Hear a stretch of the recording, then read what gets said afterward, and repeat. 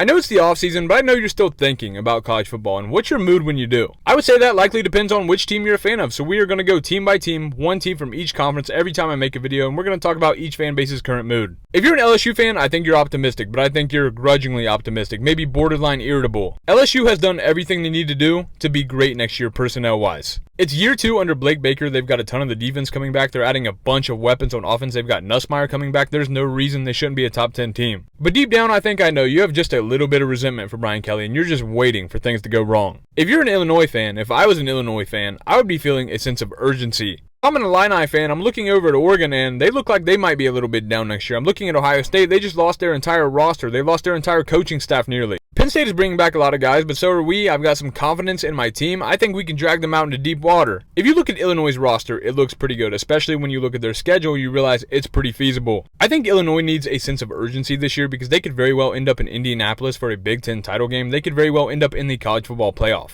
If you're a West Virginia fan, let's be honest, you're just hopeful. That's what Rich Rod was. He was bringing hope back to the people of West Virginia. If the 12-team playoff was around last time Rich Rod was at West Virginia, they would have made a few of them as an at-large bid. That's not even accounting for the fact that it seems like a random team is just going to win the Big 12 every year with 2 or maybe even 3 losses. Why couldn't that be West Virginia? Why can't they go to the playoffs and get a bye? So I think it's pretty clear if you're West Virginia, maybe not as much for this upcoming year, but just the future in general, you're really hopeful.